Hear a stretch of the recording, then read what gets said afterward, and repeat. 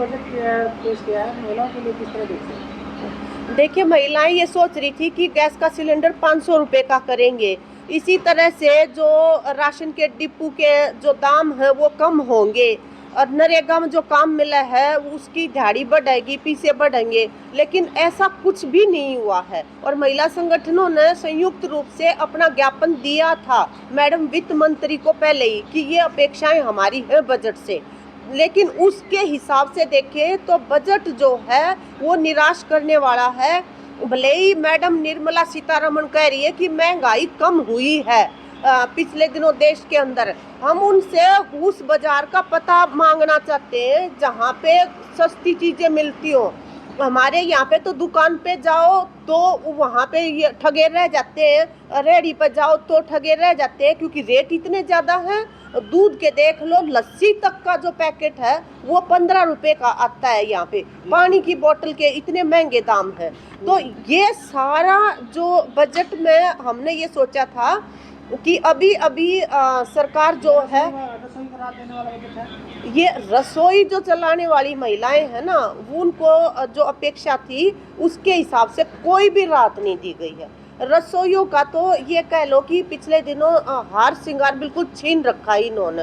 हल्दी डालन में भी नमक डालन, मसाले डालन में ना 2 बार सोचना पड़ा है कि भी थोड़ा कम में डाल कर काम चला लो।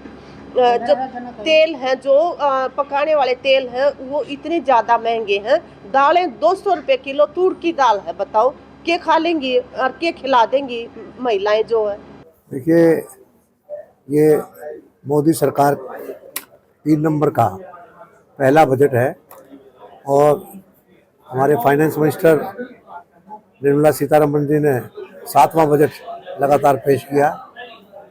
ये इस टाइप के काम रेगुलर करने वाले आदमी भारतीय जनता पार्टी जिस प्रकार देश की सेवा के लिए दे रही है, और आज आपने बजट में देखा कि उन्होंने हर आदमी की ज़रूरतों को पूरा करने का, हर आदमी को कोई ना कोई सुविधा देने का कार्य किया।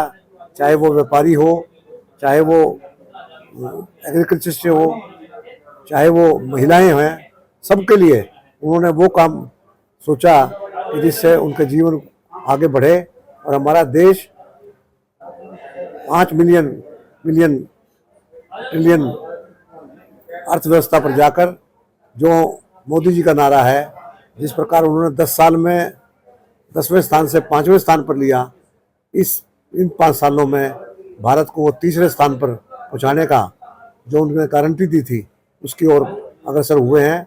मैं इसके लिए मोदी सरकार का, भारतीय जनता पार्टी का बहुत बहुत धन्यवाद करता हूं, बधाई देता हूं और भारत की जनता को भी इसके लिए बहुत बधाई देता हूं कि उन्होंने ऐसी सरकार को चुना जिसने देश को आगे बढ़ाने के लिए ऐसा बजट पेश किया। लेकिन कांग्रेस तो कह रही है कि ये ना किसानों के हित में है, ना मजदूरों के हित में, ना व्यापारी के हित में, ये सिर्फ शून्य शून्य शून्य है।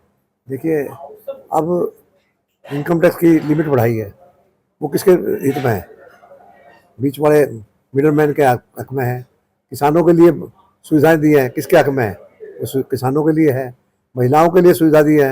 अब कहना और करना आप ये देख सकते हैं। अगर भारतीय जनता पार्टी की सरकार, मोदी जी की सरकार कोई कार्य ना करती तो 10वें स्थान से 5वें स्थान पर भारत कैसे आता है? हरियाणा के लिए कुछ नहीं है सर इस बजट में। हरियाणा के लिए तो कुछ नहीं है बजट में। नहीं, हरियाणा के लिए भी डायरेक्ट से ना होकर, लेकिन इनडायरेक्ट में जो स्कीमें हैं उसमें हरियाणा का जो हिस्सा है उस पर अवश्य इस बजट से हमें सुविधा मिलेगी और ये बजट हरियाणा वासियों के लिए भी बहुत ही कारगर सिद्ध होगा। तो व्यापारियों के लिए फायदे नहीं है। जब इनकम टैक्स की लिमिट बढ़ाई है तो व्यापारी उसका फायदा उठाएंगे। सुमित, अखिल भारतीय किसान सभा राज्य महासचिव।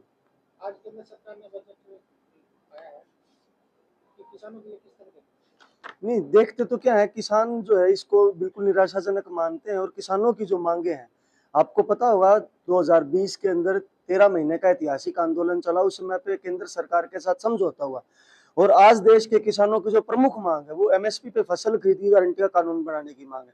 लेकिन इसके बारे में केंद्र सरकार एक शब्द तक नहीं बोल रही है। 50% से ज्यादा आबादी आज खेती के ऊपर निर्भर है, लेकिन इस आबादी को जो आज संकट के अंदर भरी पड़ी है, जो आत्महत्या करने को मजबूर है, उसको बचाने के लिए सरकार को जो कदम उठाने चाहिए, पूरे समग्र तौर पे जो एक नीति बनानी चाहिए, उसके बारे में एक शब्द तक सरकार जो वो नहीं बोल रही है। ना एमएसपी पे बोल रही है, ना दूसरी जो मुद्दे हमारे उनके ऊपर एक शब्द भी बोल रही है। क्या उम्मीद थी? उम्मीद तो हम ये कर रहे हैं कि सरकार जो है किसान आंदोलन की मांग उसके अनुरूप एमएसपी की गारंटी दे, बिजली कानून को रद्द करे, क्योंकि बहुत ही एक तरह से किसान विरोधी प्रस्ताव है जो भूमि अधिग्रहण के नाम पे जो जमीनों के अधिग्रहण किया जा रहा है, किसानों की औने पौने दामों पे जमीनें एक्वायर की जा रही है, उसके ऊपर कानून बनाया जाना चाहिए, किसानों को पूरा मुआवजा मिलना चाहिए। या इसके अलावा भी आज जिस तरह से किसान आत्महत्या करने लग रहे हैं, कर्ज के जाल में फंसा हुआ है, जो है कर्जा मुक्ति होनी चाहिए। एक बार भी सरकार जो कर्जा मुक्ति नहीं कर रही, तो इन तमाम मुद्दों को जो डिमांड है किसान आंदोलन की, उनके ऊपर सरकार को कार्रवाई करनी चाहिए, बजाय कि इधर उधर की बातें करके छलावा करने की कोशिश सरकार कर रही है। मैं गुलशन डंग, प्रदेश अध्यक्ष राष्ट्रीय जन उद्योग व्यापार संगठन हरियाणा। आज जो केंद्र सरकार का बजट आया है, मोदी सरकार किस तरह देखते हैं?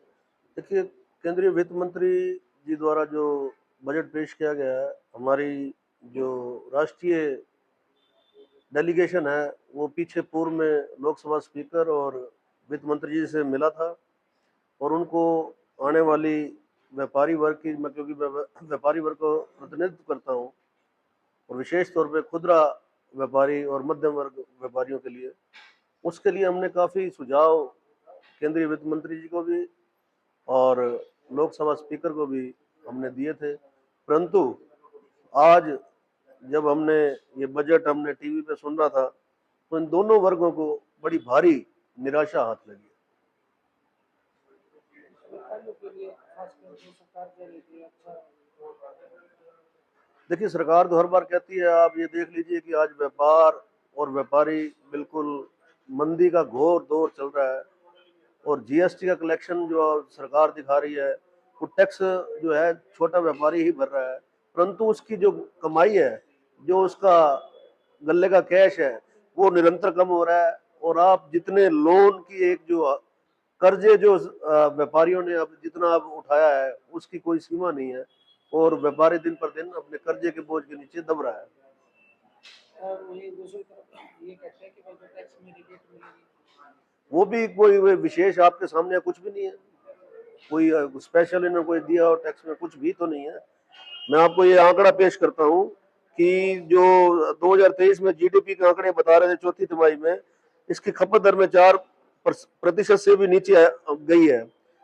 उनके विशेषज्ञ जो सरकार के हैं वो भी मानते हैं कि आंकड़ों के साफ करके बाद यह 2% ही रह जाएगी, जो 7% का मात्र 4% खपत है।